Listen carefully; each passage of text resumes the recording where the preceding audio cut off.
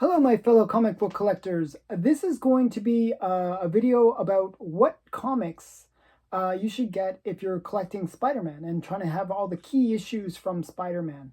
And it's actually going to be a two-part video. The first part I'm going to be looking at Spider-Man, but the second part I'm going to look at his villains. So this part I'm focusing on what are the key issues for Spider-Man, and it's kind of in the same theme as what I did with Doctor Strange. I'm looking at what collectors go for. So they usually go for the first appearance, the first title, and all that kind of thing. So I'm going to show you those for Spider-Man, and hopefully this will be an interesting video that you will enjoy. So let's look at the books. So I have a bunch here. Now, one of the things with certain characters, and I actually could have done this with Doctor Strange as well, is there's sometimes what's called a prototype character. And a prototype character is a character where it's not necessarily a first appearance of the hero like Spider-Man, but it is where maybe the idea kind of stemmed, where the writer was like, hey, I really came up with a great idea for this, but maybe I could make it better and introduce a new character called Spider-Man.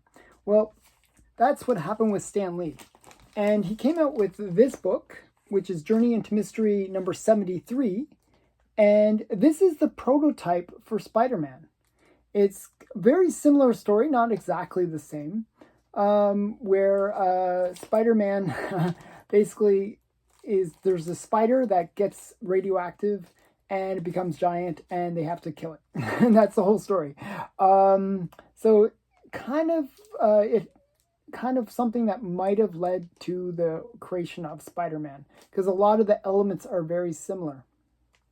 So this is 1 year prior to actually the next book that I'm going to show, which is the first appearance of Spider-Man. And this is a really great one because generally first appearances don't have cover appearances. And this is not only a first appearance and a cover appearance, but it's a really brilliant cover. If I can show it. This is Amazing Fantasy number 15. This is the first, full appearance of Spider-Man. I'm trying to show it with no reflections. Really reflective. Sorry.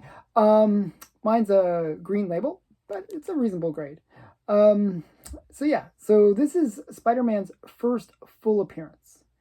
And Spider-Man, it gives his origin and a little bit about Spider-Man as well. So, you can sort of see where he's going with it. And it's where, the line comes from, with great power, comes great responsibility.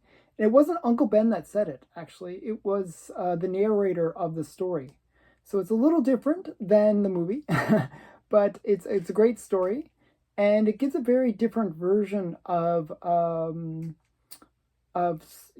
Peter Parker, because he's a bit of a loser, and it's kind of similar to the movie in that respect. And it's a very interesting story. So this is Amazing Fantasy number 15, the first full appearance of Spider-Man. Definitely one that collectors seek. And that's probably the most expensive of the books that we'll be looking at. So, if you don't get that one, there's others that will be shown that are maybe a little bit more affordable. The next one is his first story, his first book with his name in the title. So Amazing Spider-Man number 1. And this is, his first story. And it's also his first crossover. So a lot of collectors, what they'll do is they'll look for those crossover events. And this book starts with a crossover. So it's a crossover with Fantastic Four. And, it's also the first appearance of, what's his name? Jonah Jameson. I was trying to remember the guy's name. Jonah Jameson, the guy that is the boss of Peter Parker at the Daily, I want to say the Daily Planet, but the Bugle.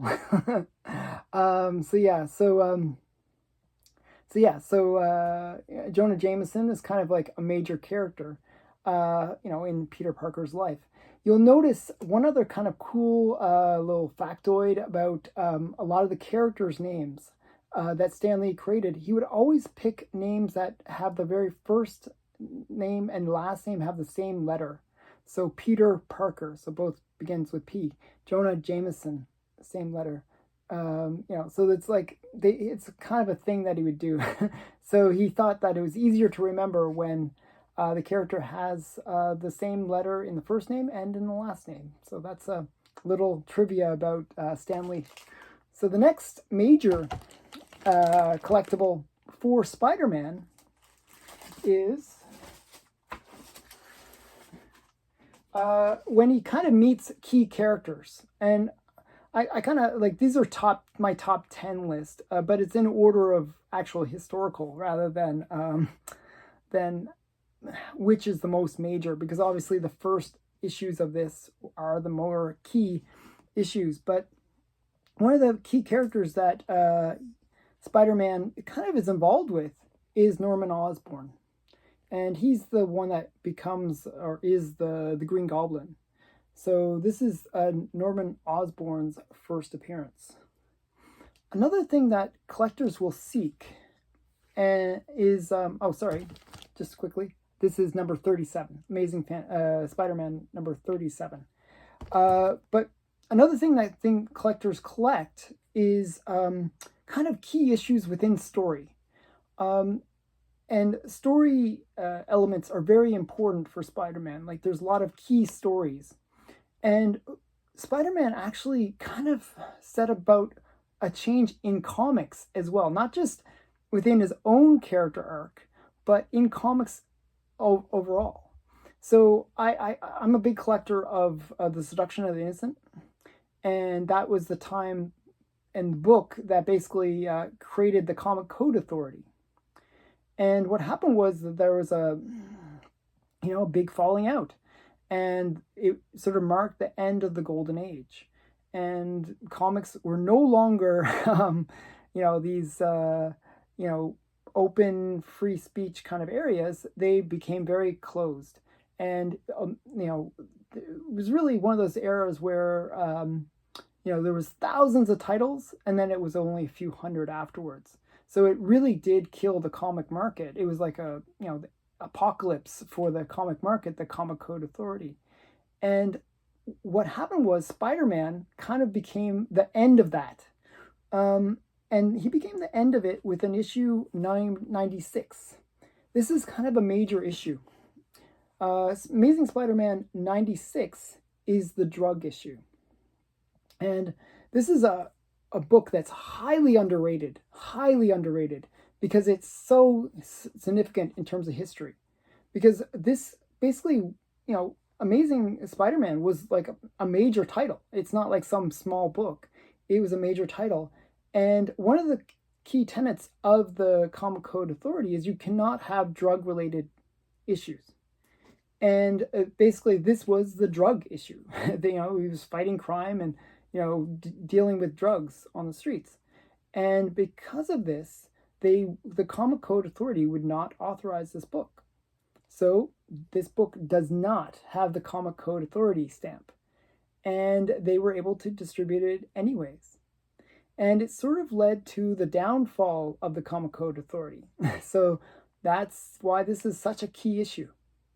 So historically, it's kind of like one of those landmark issues because of the fact that, it was dealing with big topics, but also because it really did make, the Comic Code Authority kind of less recognized.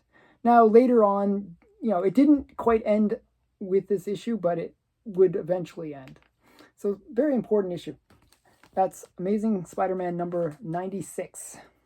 Now, the next big issue is whenever the characters have like a costume change is kind of a major component of their whole arc.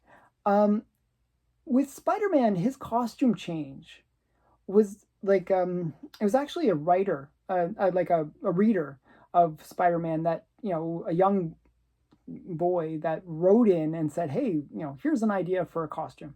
And they actually went with it, and they bought the rights to that design from this boy. And it was the idea was a black costume. So this is like an homage cover to Amazing Fantasy 15, but it's also the first appearance of the black costume. So this is where Spider-Man really changes his look, and this is Amazing Spider-Man number 252. So very important key issue for Spider-Man. Another one that is really hot right now. This is this is a major issue because this costume is kind of a key thing, and I'll explain that a little bit. In the next major issue related to the black costume is 258. And there's actually one in between, I believe. But this one is kind of key because this is where Spider-Man learns that the costume itself is not just a costume. It's alive. It's a symbiote, and it has real life to it. So it's one of those things where he has to basically discard the suit, and he basically runs around and it's really funny because in the comic he basically Fantastic Four. Reed Richards gives him a Fantastic Four outfit to wear, but he still has to hide his face. So they don't have anything to put over his head, so they give him a paper bag. So he runs around with this Fantastic Four suit and a paper bag on his head. So kind of a silly issue, but kind of major. And this one is getting really hot right now. This is a really popular one, especially with the Venom movie coming out, because this is really where symbiotes become a thing. And we know that Venom is a symbiote. So very key issue there. Now, I should have mentioned this one a little bit earlier, but this is where the black costume, this is Secret Wars number 8, which is the kind of the origin story of the black costume. So this is another key issue. It's in between the two that I just showed. So, very definite, this is one that you should look out for. And again, this is probably a pretty pricey book because of the fact that there is the Venom movie. The black costume is kind of a key component to the whole Spider-Man story. So, Secret Wars number 8. Now, I'm going to include this last one. This is just a bonus. This is not expensive, but one of the things that happens is titles end, right? And the Spider-Man title ended, and then it didn't end, but this is actually before the end of Spider-Man.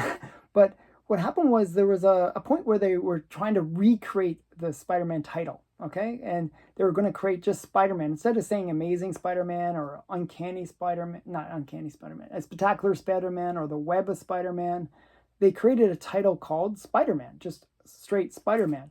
And here's the gold and the silver version. I believe one of these is signed by, I have one of them I got signed by Stan Lee. I'm not sure which one now that I look, or Todd McFarlane, I should say.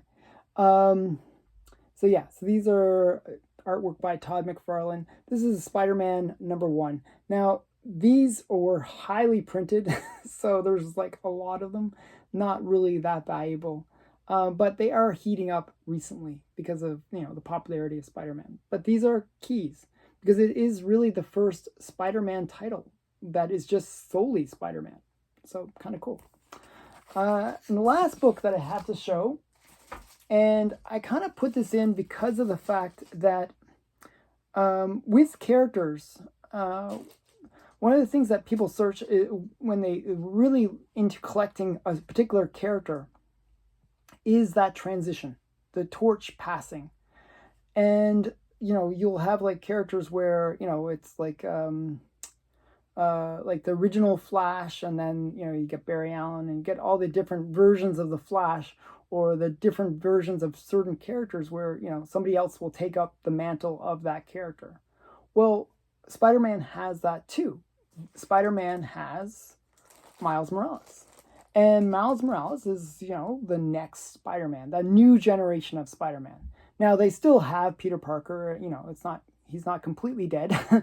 But, this book represents that torch passing and the idea that there is a new Spider-Man.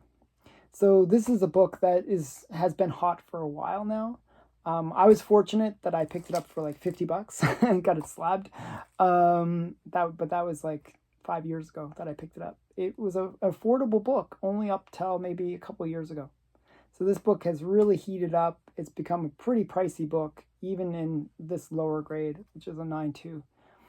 So yeah, that's my top 10 list of Spider-Man keys that you should look for. So just to recap, look for those prototype issues, look for those first appearances, look for the first titles, and that can be different titles like Amazing Spider-Man and Spider-Man, for example. And there's other ones you could have collected, is Web of Spider-Man and Spectacular Spider-Man, number ones of those.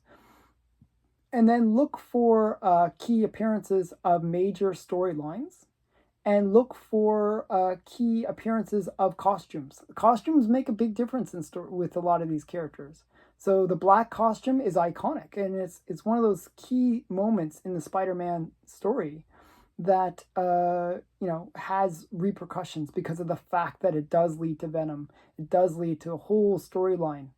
So and then last, look for that torch passing, where there's that new character that takes up the mantle of the hero. So with all that being said, I hope you enjoyed this video. Thanks for watching, and please remember to like, comment, and subscribe. And give me some I really love reading the comments, and I try to respond to everybody's comments. So please ask your questions or give me your feedback. I love hearing it. Thank you.